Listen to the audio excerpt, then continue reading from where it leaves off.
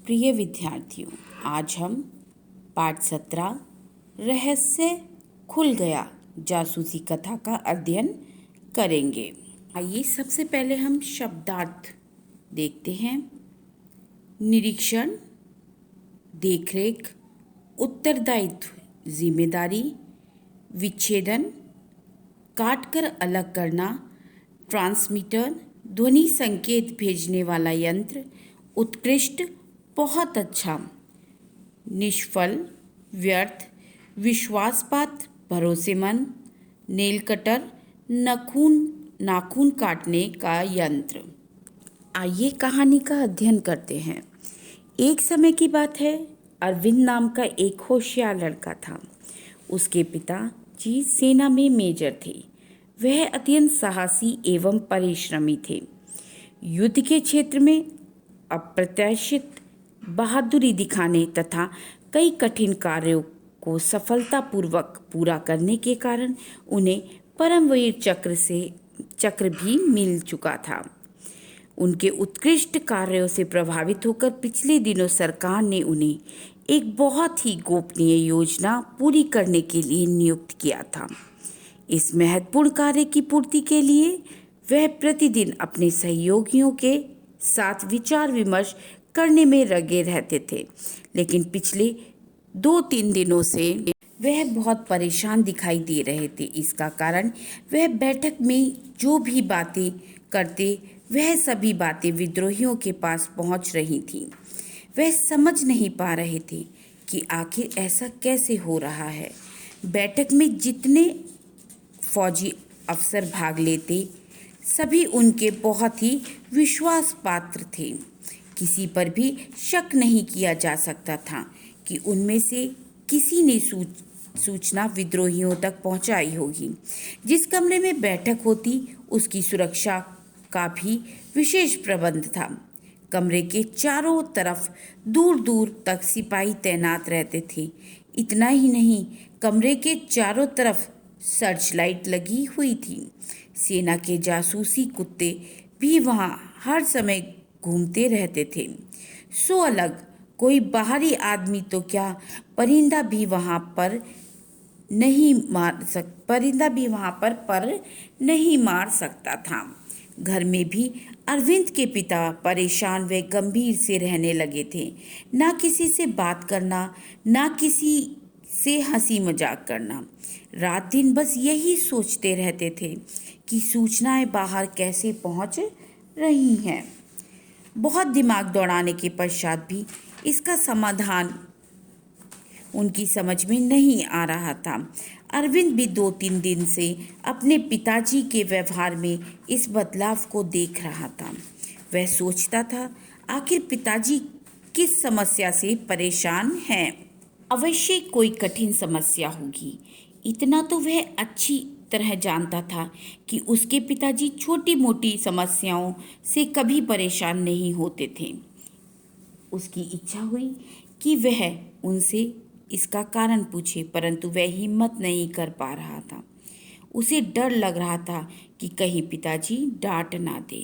जब धीरे धीरे कई दिन बीत गए तो एक दिन अरविंद ने हिम्मत करके अपने पिताजी से पूछ ही लिया, पिताजी, आप कुछ दिनों से बहुत परेशान दिखाई दे रहे हैं। आखिर ऐसा क्या कारण है?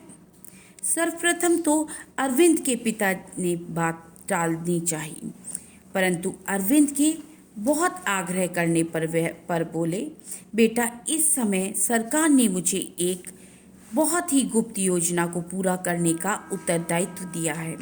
कुछ दिनों से हम अपनी बैठक में जो भी योजना बनाते हैं वह शत्रु के पास पहुंच जाती है और हमारी योजनाएं निष्फल हो जाती हैं। कुछ समझ में नहीं आ रहा है कि हमारी ये महत्वपूर्ण और गुप्त सूचनाएं दुश्मन तक कैसे पहुंचती हैं, इसलिए मैं परेशान हूँ। पिताजी की बात सुनकर अरविंद भी परेशान हो उठा। उसने पिताजी से पूछा, आप जिस कमरे में बैठक करते हैं, पिछले दिनों उसमें कोई बदलाव तो नहीं हुआ? पिता ने जवाब दिया, नहीं तो। कोई खास बात तो नजर नहीं आ रही। नहीं, सब पहले जैसा ही है। अच्छा पिताजी, कल से मैं भी आपके साथ ऑफिस चलूं? अरविंद ने आग्रह किया। पिताजी ने उसकी बात मान ली। अरविंद विज्ञान का छात्र था। वह कई बार विज्ञान प्रतियोगिताओं में भाग ले चुका था। दूसरे दिन से वह अपने पिताजी के साथ उनके कार्यालय जाने लगा, उनकी बैठकों में भाग लेने लगा। आरंभ में तो अन्य सैनिक अधिकारियों ने इस जरूरी बैठक में अरविंद की उपस्थिति पर आपत्ति की, पर बाद में अरविंद की बातों से प्रभावित होकर वे उसे भी अपने समूह का ही एक सदस्य मानने लगे।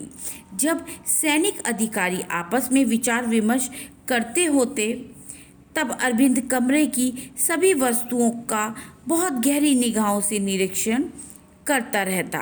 जब बैठक में सैन्य अधिकारियों के बीच विचार विमर्श चल रहा होता, तब वह सभी अधिकारियों के चेहरों के हाव भाव को भी पढ़ता रहता। इसी तरह 2 दिन बीत गए, लेकिन उसके हाथ कोई सुराग नहीं लगा। अचानक तीसरे दिन उसे एक विशेष बात देखी। जिस समय बैठक होती है, उसी समय कमरे में कुछ मक्खियाँ न जाने कहाँ से आ जाती हैं तथा मेज पर रखे गमलों के पास बैठ जाती थीं। उस समय ठंड का मौसम चल रहा था। कमरे के आसपास किसी तरह की गंदगी भी नहीं थी जिससे कि मक्खियाँ आती। ये सामान्य मक्खियों से कुछ भिन्न प्रकार की हैं तथा आकार में भी थोड़ी बड़ी हैं। अरविंद ने अगले दिन भी इसी बात का अध्ययन किया। उसके दिमाग में एक बात आई। उसके चेहरे पर रहस्य पा जाने की चमक छा गई, परंतु वह यह रहस्य खोलने से पूर्व अपने विचारों के प्रति आश्वस्त हो जाना चाहता था। अगले दिन वह जब जेबी ट्रांजिस्टर लेकर पिताजी के ऑफिस गया, सभी लोग विचार विमर्श में व्यस्त थे।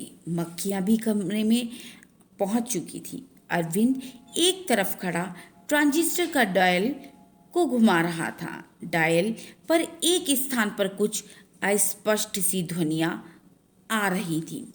डायल के उस स्थान पर अथवा उसके आसपास कोई रेडियो केंद्र भी नहीं लगता था कि उसकी आवाज आ रही हो। उसे अपना अनुमान ठीक मालूम होने लगा। उस दिन बैठक समाप्त होने पर जैसे ही मक्खियां जाने लगीं, उसने लपक कर एक मक्खी पकड़ ली तथा उसे शाम को घर ले आया। अपने कमरे में जाकर उसने उस मक्खी का विच्छेदन किया। जिस चीज की उसे उम्मीद थी वही हुई। वह चीज मक्खी के पेट के पिछले भाग में लगी हुई थी। दुश्मन तक बातें पहुंचाने का रहस्य अरविंद की समझ में आ गया। वह प्रसन्नता से उछलने लगा। उस रात वह चैन की नींद सोया। सुबह जब पिताजी ऑफिस जाने के लिए तैयार होने लगे तो वह जल्दी से तैयार हो गया। अरविंद को तैयार होते देख उसके पिता ने कहा, बेटा अब तुम रहने दो। मेरे साथ जाते हुए तुम्हें 4-5 दिन हो गए, परंतु अभी तक कोई सुराग हाथ नहीं आया। अरविंद प्रसन्नता से बोला, पिताजी मैंने रहस्य का पता लगा लिया है। आज ऑफिस में मैं सबके सामने उसे खोलूंगा। यह सुनकर अरविंद के पिताजी बहुत खुश हुए। उनके चेहरे से मायूसी की सारी रेखा मिट गई। ऑफिस में नियत समय पर सभी अधिकारी बैठक वाले कमरे में एकत्रित हुए और मेज के चारों ओर बैठकर वार्तालाप करने लगे। वार्तालाप यानी बातचीत करने लगे। जैसे ही अधिकारियों को पता लगा कि रहस्य का पता लग गया है, वे बहुत प्रसन्न हुए। सभी उत्साहित होकर उस रहस्य को जानने के लिए तैयार हो गए। इसकी वजह से वे इतने दिनों से चिंतित थे। सभी लोगों की उत्सुकता को देखते हुए अरविंद के पिता ने उसे इशारा किया कि वह शीघ्रता से उस रहस्य को खोले, परंतु अरविंद को तो मक्खियों का इंतजार था। जैसे ही मक्खियां कमरे में आई, अरविंद अपने स्थान से उठा। उसने झट से मक्खी को पकड़ ली। उसने झट से एक मक्खी पकड़ ली। फिर उसने उसे मेज पर रखकर जेब से नेल कटर वाला चाकू निकाला तथा मक्खी का पेट चीर दिया। इसके पश्चात उसने मक्खी के पेट में से छोटा सा ट्रांसमीटर निकालकर सबके सामने रख दिया। सभी अधिकारी हैरान रह गए। अरविंद ने कहा, निरीक्षण के दौरान जब तीसरे दिन मेरा ध्यान इस खास तरह की मक्खियों की तरफ गया तो मैं चौंक पड़ा। उसी समय मैंने सोचा कि हो ना हो यहाँ की सूचनाएं विद्रोही तक पहुंचाने का रहस्य इन मक्खियों में ही छिपा हुआ है। अगले दिन मैंने इनमें से एक मक्खी का विच्छेदन किया तो सारी स्थिति स्पष्ट हो गई। अरविंद ने आगे बताया कि दुश्मन ने इन मक्खियों के अंदर बहुत शक्तिशाली छोटे छोटे ट्रांसमीटर फिट कर दिए हैं। जब मीटिंग शुरू होती है तो वे इन मक्खियों को इस ओर भेज देते हैं। ये मक्खियाँ दुश्मन के हेडक्वार्टर्स से नियंत्रित होती हैं और कहीं ना जाकर ये इसी कमरे में आती हैं। यहाँ आकर गमले, फूलदान इत्यादि पर बैठ जाती हैं और इनमें फिट शक्तिशाली ट्रांसमीटर के जरिए आपकी बातें विद्रोहियों तक पहुंच जाती हैं। अरविंद रहस्य खोलकर शांत हो गया। सभी अधिकारी अरविंद की तीव्र बुद्धि से बहुत प्रभावित थे। वे उसकी प्रशंसा करने लगे। वे उसे पुरस्कार दिलवाने के लिए भी विचार विमर्श करने लगे, परंतु अरविंद को तो प्रसन्नता इस बात की थी कि उसने एक रहस्य का पर्दाफाश किया है जिससे देश की गोपनीय बातें दुश्मन तक पहुंचती थी और इससे देश की सुरक्षा खतरे में पड़ सकती थी। अरविंद के पिताजी तथा अन्य सैन्य अधिकारी भी प्रसन्न थे। उनकी चिंता जो मिट गई थी। इस कहानी से हमें यह शिक्षा मिलती है कि बुद्धिमानी और चतुराई से सभी समस्याओं का समाधान ढूंढा जा सकता है।